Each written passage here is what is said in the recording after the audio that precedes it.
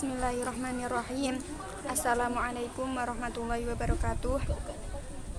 Alhamdulillahirabbil alamin wa bihi nasta'in wa ala umurid dunya waddin wassalatu wassalamu ala asyrafil anbiya'i wal mursalin sayyidina wa maulana Muhammadin wa ala alihi wa sahbihi ajma'in, amma ba'd.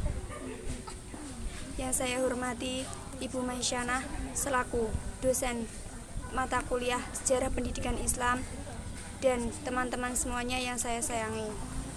Perkenalkan, nama saya Zania Aniakotul Izzah. Bersama teman-teman saya yaitu Zuftian Aris Ahmadi, Alvina Damaryanti, dan Nailil Musyarofah akan mempresentasikan makalah yang berjudul Kejayaan Pendidikan Islam di Spanyol. Untuk pembahasan yang pertama akan disampaikan oleh Saudara Zuftian Aris Ahmadi.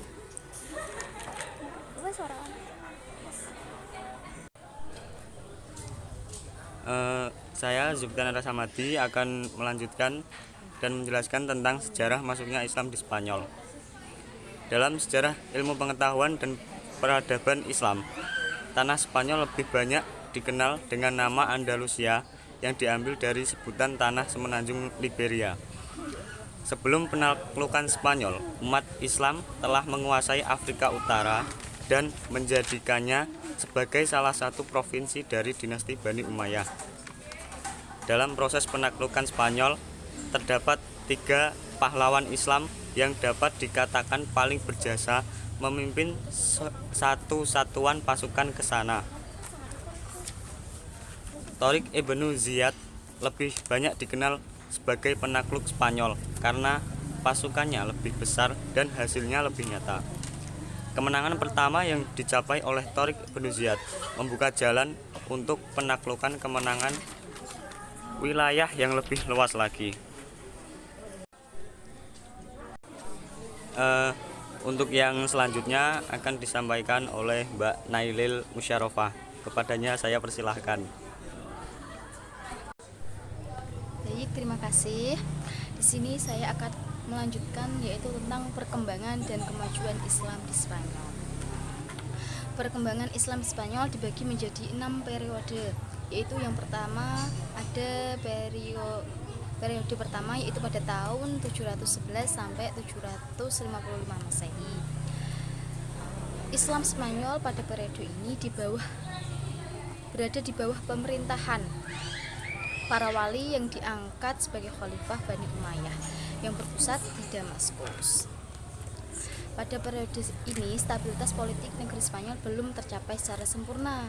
Karena apa? Karena ada gangguan yang datang dari luar maupun dari dalam. Yang gangguan dari dalam itu tentang perselisihan antara penguasa, perbedaan etnis, dan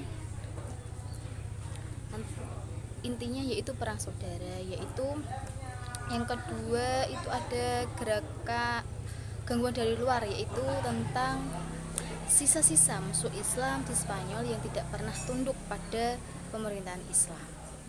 Yang kedua yaitu tahun 755 sampai 920 Masehi.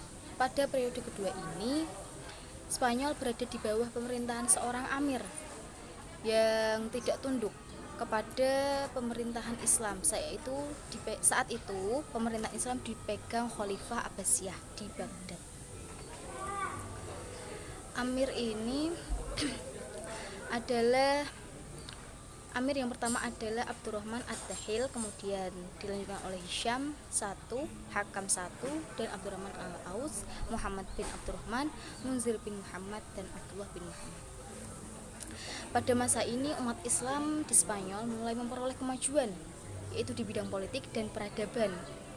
Misalnya saja Abdurrahman Ad-Dakhil itu mendirikan Masjid Cordova dan sekolah-sekolah besar di Spanyol. Untuk selanjutnya itu nanti bisa dibaca, yaitu periode ketiga tahun 912 sampai 1013 Masehi. Pada periode ini Spanyol itu diperintah oleh seorang khalifah, yaitu Abdurrahman Al-Nasir. pada tahun 912 sampai 961, dilanjutkan oleh Hakam II yaitu tahun 961 sampai 976 Masehi, dan Hisham II yaitu 976 sampai 109 Masehi. Pada masa ini umat Islam selalu mencapai puncak kemajuan dan kejayaan yang menyaingi kejayaan Daulah Abbasiyah di Baghdad, yaitu terbukti didirikannya Universitas Cordova oleh Abdurrahman Al-Nasir yang mempunyai perpustakaan dengan ratusan ribu buku, yang pada saat itu masyarakatnya dapat menikmati kesejahteraan dan kemakmuran di kota Spanyol tersebut. Yang keempat yaitu tahun 1013 sampai 1086 Masehi. Pada periode ini Spanyol terpecah menjadi negara-negara kecil di bawah pemerintahan raja-raja Al-Muluk At-Tawaif yang berpusat di suatu kota seperti Seville, Cordova, dan Toledo. Pada masa ini Islam kembali memasuki masa pertikaian intern atau perang saudara antara raja-raja yang memimpin di Spanyol tersebut. Tapi ironisnya itu ada pihak dari kerajaan itu meminta bantuan kepada raja-raja Kristen, dan disinilah orang-orang Kristen melihat kelemahan Islam itu dari sisi mana. Yang untuk orang Kristen itu mulai berinisiatif untuk menyerang umat Islam, untuk mengambil semua yang sudah didapatkan oleh Islam. Yang kelima, pada tahun 1086 sampai 1248 Islam Spanyol itu masih terpecah-pecah dalam beberapa negara, tapi ada satu negara yang menjadi kekuatan pada saat kekuasaan dinasti Murabitun, yakni tahun 1086 sampai 1143 Masehi, dan dinasti Muwahhidun 1146 sampai 1235 Masehi.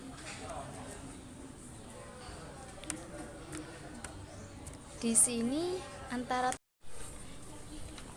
di mana pada tahun antara 1115 sampai 1154 itu ada kota-kota penting dalam kekuasaan dinasti tersebut, yaitu antaranya Cordova, Almeria, dan Granada.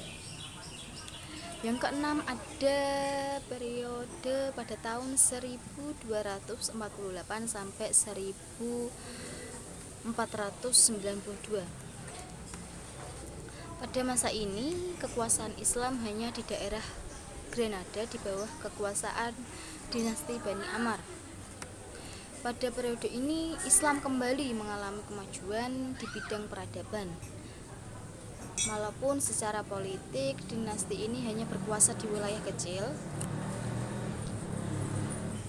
tapi di bidang peradaban yaitu sangat maju. Baik, untuk selanjutnya yaitu kemajuan Islam di Spanyol. Banyak prestasi yang diperoleh, bahkan membawa pengaruh pada Eropa dan dunia pada kemajuan yang lebih kompleks. Di antaranya itu ada filsafat. Filsafat itu ada tokoh yang terkenal yaitu Muhammad bin Abdurrahman pada tahun 832 sampai 886, kemudian melahirkan karya-karya ilmiah dan filosofis. Di antaranya diimpor dari timur dan Cordova, sehingga pada saat itu Cordova dengan perpustakaan universitasnya mampu menyaingi Baghdad sebagai pusat utama ilmu pengetahuan dari dunia Islam. Tokoh pertama filsafat Arab Spanyol yaitu Ibnu Bajjah yang dilahirkan di Saragossa, kemudian pindah di Sevilla dan Granada. Tokoh kedua yaitu Ibnu Tufail, beliau penduduk asli Wadi Arsi, yaitu sebelah timur Granada. Beliau menulis masalah kedokteran, astronomi, dan filsafat. ada salah satu karya filsafat yang terkenal yaitu dari Hai Ibnu Zakzan, yaitu muncul pada sekitar abad 12 Masehi, yaitu pengikutnya Aristoteles, yaitu Ibnu Rushd, lahir tahun 1126 Masehi. Yang kedua ada sains. Sains ini berkembang, yaitu seperti ilmu kedokteran, musik, matematika, astronomi, kimia, dan lain-lain. Tokoh yang paling masyhur di antara tersebut yaitu ada Abbas Ibnu Farnas. Beliau berhasil menemukan pembuatan kaca dari batu. Ada yang terkenal dalam ilmu astronomi yaitu Ibrahim bin Yahya al-Naqas.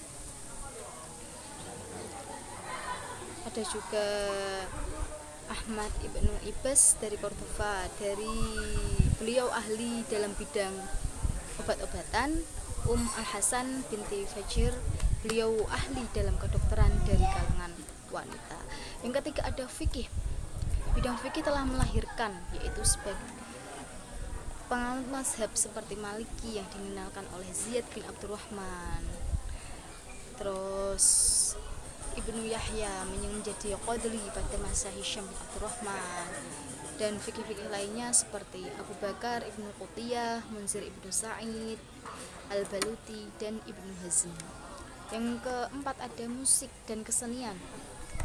Di bidang musik ini ada tokoh yang terkenal yaitu Hasan Ibnu Nafi yang dijuluki Zaryab sebagai sang pengubah lagu, kemudian diturunkan kepada anaknya sehingga kemasyhurannya tersebar luas. Yang kelima ada bahasa dan sastra. Di bidang bahasa, terutama bahasa Arab, Spanyol telah memiliki keterampilan yang baik dalam itu berbicara maupun tata bahasa. Ada tokoh-tokohnya yaitu seperti Ibnu Sayyidah, Ibnu Malik, Ibnu Khuruf, Ibnu Al-Halaj, serta Abu Ali Al-Ishbili dan Abu Hasan Ibnu Usfur dan lainnya. Karya sastra yang muncul pada saat itu ada Al-Aqid Al-Farid karya Ibnu Abdurrabbih, Al-Dzakirah fi Mahasin Al-Jazirah oleh Ibnu Basam, dan kitab Al-Qalaid karya Al-Fatah dan Ibnu Hakon. Sekian dari saya, akan dilanjutkan oleh Mbak Alvina Damarianti. Terima kasih. Oke, selanjutnya adalah keadaan pendidikan di Spanyol. Nah, sejalan dengan berbagai kebijakan yang membawa kemajuan dalam ilmu pengetahuan, kebudayaan, dan peradaban, terjadi pula kemajuan dalam bidang pendidikan. Hal ini terjadi karena antara pendidikan dan perkembangan ilmu pengetahuan memiliki hubungan yang fungsional. Dari satu sisi, pendidikan mendorong kemajuan dalam bidang ilmu pengetahuan, kebudayaan, dan peradaban. Di sisi lain, produk atau penerapan ilmu pengetahuan, kebudayaan, dan peradaban ini memberi pengaruh terhadap kemajuan pendidikan. Nah, untuk yang perkembangan pendidikan di Spanyol ini, yaitu yang pertama adalah mendirikan lembaga pendidikan. Setelah itu, sistem pengajarannya diselenggarakan di masjid-masjid. Pertumbuhan lembaga pendidikan Islam tergantung kepada keluarga penguasa, terutama khalifah yang menjadi pendorong utama. Selanjutnya fikih. Nah, fikih ini tuh merupakan inti dari kurikulum pendidikan Islam di Spanyol. Selanjutnya, dalam perkembangan pendidikan Islam di Spanyol ini itu lebih menekankan kepada mazhab Maliki daripada mazhab-mazhab lainnya, karena pendidikan yang dianut di Spanyol ini menggunakan mazhab Maliki. Nah, secara garis besar, pendidikan Islam di Spanyol ini terbagi pada yang pertama adalah kutab. Pada pendidikan kutab ini, para siswa mempelajari berbagai bidang studi ya. dan pelajaran yang meliputi fikih, bahasa dan sastra, serta musik dan kesenian. Nah, fikih ini ya di Spanyol itu menganut mazhab Maliki. Selanjutnya bahasa dan sastra. Untuk di Spanyol ini yang menjadi bahasa resmi di Spanyol adalah bahasa Arab. Selanjutnya musik dan kesenian. Karena syair merupakan ekspresi utama dari peradaban Spanyol, pada dasarnya syair ini didasarkan pada model-model Arab yang membagikan sentimen prajurit dan faksional para penakluk Arab. Yang kedua adalah pendidikan tinggi. Nah, masyarakat Arab ya yang berada di Spanyol ini merupakan pelopor peradaban dan kebudayaan, juga pendidikan seperti filsafat ya. Karena atas inisiatif Al-Hakam, karya-karya ilmiah dan filosofis diimpor dari timur dalam jumlah besar, sehingga Cordova dengan perpustakaan dan universitasnya mampu menyaingi Baghdad. Selain itu juga perkembangan pendidikannya ada bidang sains, ilmu-ilmu kedokteran, musik, matematika, astronomi, kimia, dan lainnya juga berkembang dengan baik seperti tadi yang sudah dijelaskan oleh saudari Nailil Musyarrafah. Nah, untuk yang selanjutnya adalah pengembangan perpustakaan. Khalifah-khalifah Umayyah di Spanyol telah berusaha menyisihkan dana dari khas negara untuk membangun berbagai sarana pendukung tersebut secara intensif. Khalifah Abdurrahman III membangun perpustakaan di kota Granada hingga mencapai 600 jilid. Yang selanjutnya adalah Khalifah Al-Hakam III, tak mau kalah ya dengan bapaknya itu. Dia merintis dan membangun perpustakaan yang terbesar, yaitu Great Library di seluruh Eropa pada masa itu dan pada masa-masa sesudahnya. Ambisi untuk mendirikan perpustakaan ini bukan hanya untuk dilakukan oleh para khalifah saja, akan tetapi ambisi tersebut juga telah dimiliki oleh setiap masyarakat Spanyol Islam. Nah, prestasi umat Islam dalam memajukan ilmu pengetahuan tidak diperoleh secara kebetulan, melainkan dengan kerja keras melalui berbagai sistem pengembangan, baik melalui adaptasi maupun adopsi. Mula-mula dilakukan upaya penerjemahan kitab-kitab Yunani, Romawi, India, Persia, Mesir dan sebagainya, yang kemudian dilakukan analisis dan komentar kritis terhadap teori-teori dan konsep-konsep.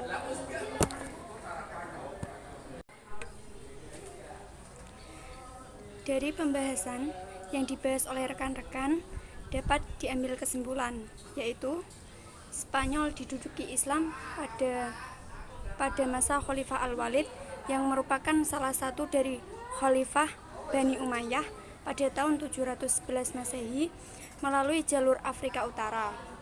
Perkembangan Islam di Spanyol terbagi atas 6 periode, yaitu periode pertama, periode kedua, periode ketiga, periode keempat, periode kelima, dan periode keenam. Kemajuan peradaban Islam di Spanyol meliputi dalam bidang pengetahuan yang terdiri dari filsafat, sains, fikih, musik dan kesenian, serta bahasa dan sastra.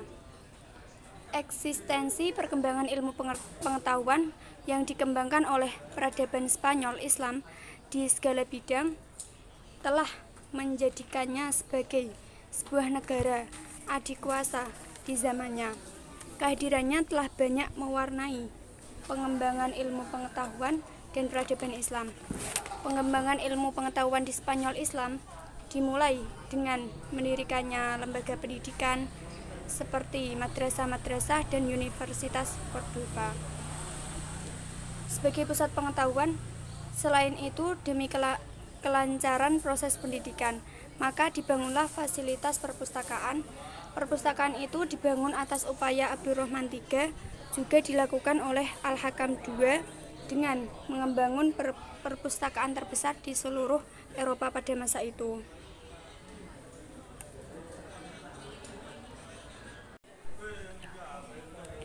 Seperti ilmu padi, semakin merunduk semakin berisi. Begitu juga indahnya berbagi. Jikalau berilmu, jangan sungkan mengomentari. Sekian dari kelompok 1, mohon maaf jika ada tutur dan kata yang kurang berkenan. Wassalamualaikum warahmatullahi wabarakatuh.